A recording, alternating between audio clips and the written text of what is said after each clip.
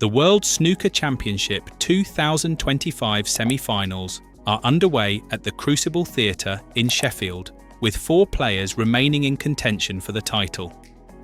7-time champion Ronnie O'Sullivan faces China's Zhao Xintong in what has already proven to be a captivating encounter, while world number 1 Judd Trump takes on 3-time winner Mark Williams in their first Crucible meeting since their thrilling 2022 semi-final.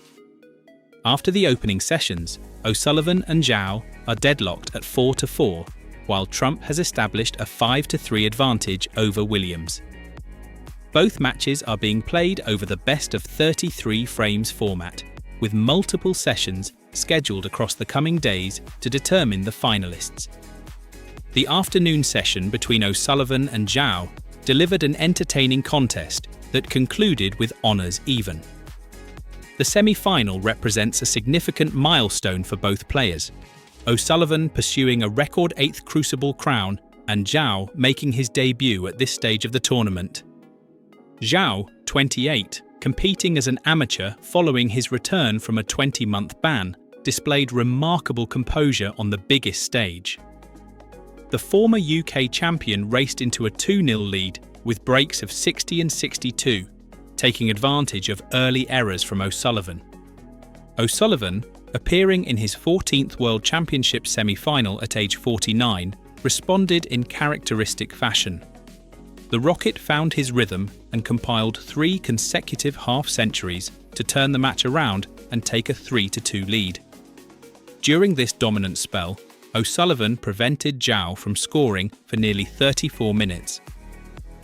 The players then traded frames in a display of high-quality snooker. O'Sullivan restored his advantage with a break of 82 in frame 7, before Zhao produced the highest break of the match, 86, to level proceedings at 4-all. The dramatic conclusion to the session saw Zhao strike the black with such force that it broke the right corner pocket, sending balls scattering across the table. Both players received a standing ovation as they left the auditorium, reflecting the quality and sportsmanship displayed throughout the session. The match carries additional significance given the contrasting journeys both players have taken to reach this stage. O'Sullivan, widely regarded as the greatest player in the history of the sport, arrived in Sheffield without having played competitive snooker since January. His last appearance ended in frustration at the Championship League when he broke his cue.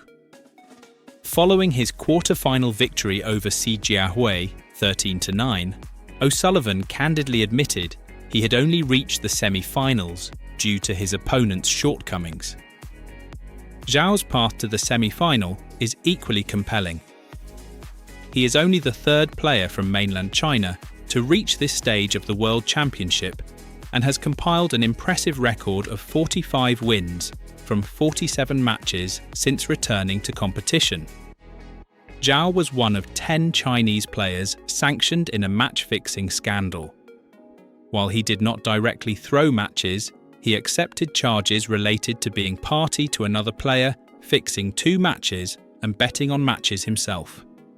The 20-month suspension cost Zhao his professional status, though he has already secured his tour card for next season. His quarter-final victory over Chris Wakelin, 13-5, demonstrated his current form and determination to rebuild his career. Adding another layer to their contest is their previous relationship, with O'Sullivan having mentored Zhao at various points in his career. The evening session saw world number 1 Judd Trump establish a 5-3 lead over Mark Williams in what began as an error-strewn encounter. Williams, at 50, is the oldest semi-finalist at the Crucible since his compatriot Ray Reardon reached this stage as a 52-year-old in 1985. The match opened with Williams taking the first frame with a break of 73, despite needing a fortunate red when escaping a snooker to halt Trump's comeback attempt.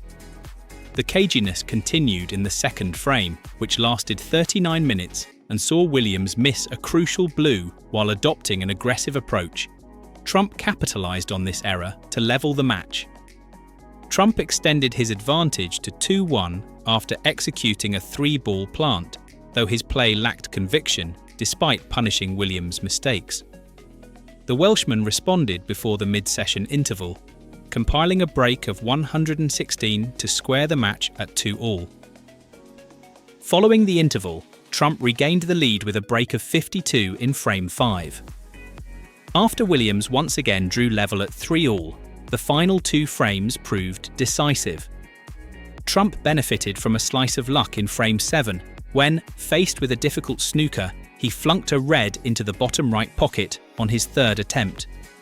He then secured this hard-fought frame that both players had opportunities to win. The 8th frame saw Williams miss a straightforward black off its spot, allowing Trump to construct his 105th century of the season, 109, and establish a 2-frame cushion heading into Friday's session. Trump entered the semi-final in strong form, having won 3 tournaments this season, including the Saudi Arabia Masters, where he defeated Williams in a deciding frame. His quarter-final victory over Luca Brecel showcased his resilience, coming from 7-5 and 8-7 down to win 13-8 with a sensational evening session that included 5 consecutive frames. Williams reached the semi-final after edging past John Higgins in a deciding frame thriller in the quarterfinals. The 3-time world champion continues to defy age expectations, remaining competitive at the highest level well into his 5th decade. Trump's century in the 8th frame carried additional significance, as it took his season total to 105, surpassing Neil Robertson's 11-year-old record. O'Sullivan's record pursuit. O'Sullivan's quest for an 8th World Championship title provides a compelling narrative throughout the tournament. Currently tied with Stephen Hendry on 7 titles in the modern era, O'Sullivan stands on the verge of establishing himself as the most successful player in Crucible history.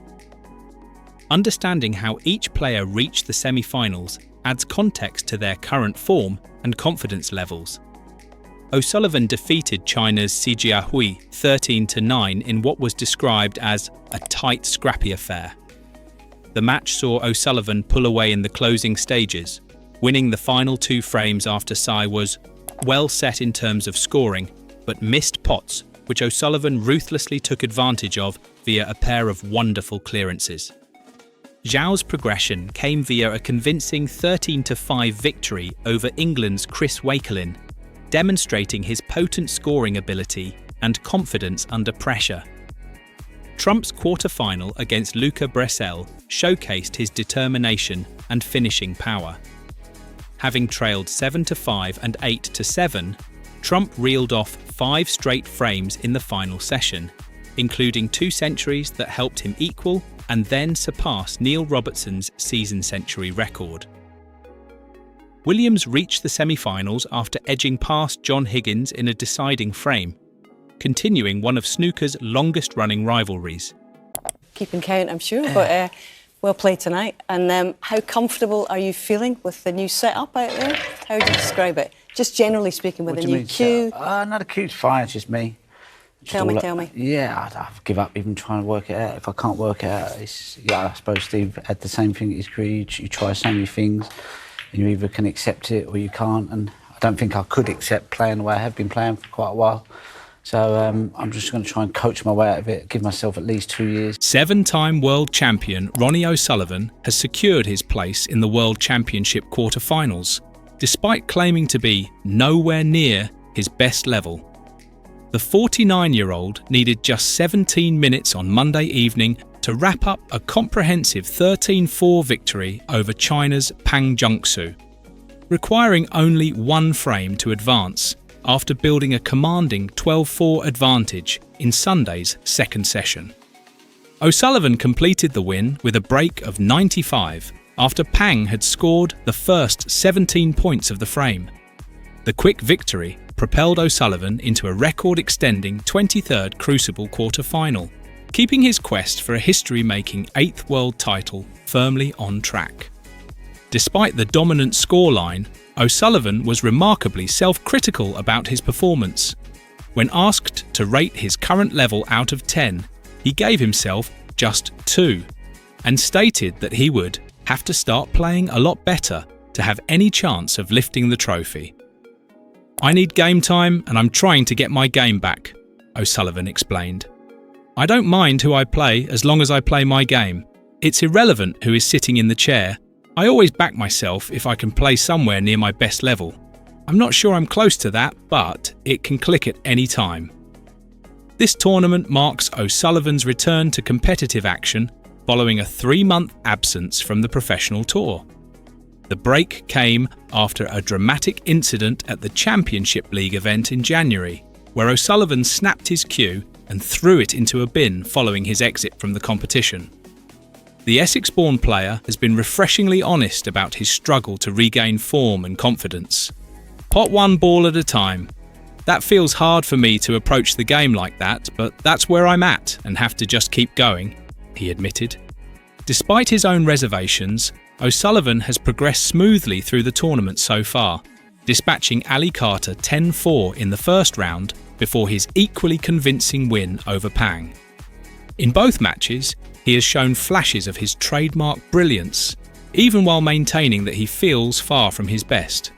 Against Carter, O'Sullivan made a statement by reeling off 3 centuries in 5 frames, producing a stunning display that belied his recent period of inactivity.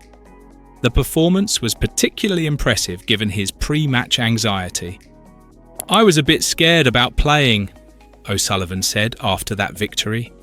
"It is a daunting venue to play at anyway, but it's just about getting on the bike again and playing.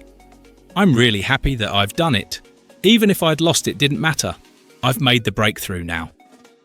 In his second round match against Pang, O'Sullivan turned a 6-2 overnight lead into a dominant 12-4 advantage in Sunday's second session. Although Pang briefly threatened a comeback by winning the first 2 frames upon resumption, O'Sullivan quickly reasserted control with successive half-centuries to lead 8-4 at the mid-session interval. From there, the result was never in doubt as O'Sullivan fired back-to-back centuries to extend his lead further. Despite often looking far from happy with his form, he still managed to outclass his 25-year-old opponent with relative ease. Following his win, O'Sullivan described his current mental state in candid terms. "I feel so unconfident. It's horrible, even when I'm playing all right. In the balls, I was all right tonight, but there are so many different parts of the game you've got to get right. It's hell." I feel so unconfident. It's like, it's horrible.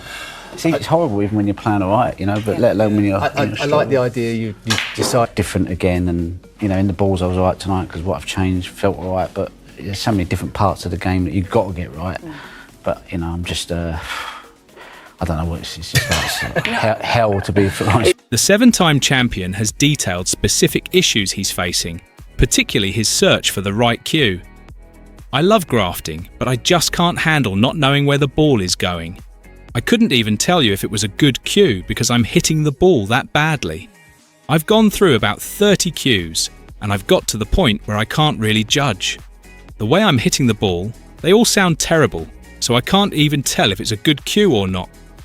I love grafting. I just can't handle just not knowing where the balls are going. You know, that's a different ball game altogether. You know, I mean, I played one shot the other day. It was dead straight, and I created an angle where I've gone in off, and I'm like, well, how does that happen? So, but you're still tuning into the cue, surely, because I mean, you do take it takes time a little bit anyway. Nah, it's all right. I mean, I couldn't even tell you if it was a good cue because I'm hitting the ball that bad. I mean, I've gone through about 30 cues, and I've got to the point where I've gone, I can't really judge if it's a good cue because the way I'm hitting the ball, it's not, you know, they all sound terrible, so it's I can't even tell if it's a good cue or not. O'Sullivan's frustrations extend beyond equipment issues to fundamental aspects of his technique. "I've given up even trying to work out what's wrong," he explained. "Feeling wise, it's probably the worst I've ever felt. Sometimes I can't even see where I'm hitting. At the moment, I feel so uncomfortable. It's horrible, even when you're playing all right, let alone how I feel. It's just guesswork. It's hell, to be honest with you," he added. Feeling-wise, it's probably the worst I've ever felt, to be honest with you. You know, I don't even know where my back arm is. I don't even know where my left leg is. I don't even know. Sometimes I can't even see where I'm hitting, and you know, I'll butcher a shot, and I'm like, you know, so. it's difficult, you know, it really is difficult. It's like it looked awful, that moment. I just feel so... You're still feeling that, yeah? I feel so unconfident. It's like, it's horrible. See, it's horrible even when you're playing all right, you know, but let alone when you're... I like the idea you decided to maybe jack in coaches. I don't even know where my back arm is, where my left leg is. Sometimes I can't even see where I'm hitting and I'll butcher a shot. It's difficult. It really is difficult.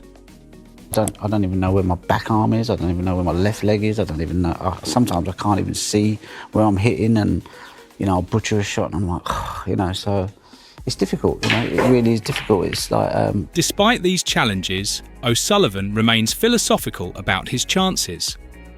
I've won this tournament many times before while playing what I consider bad, so it can be done, he noted.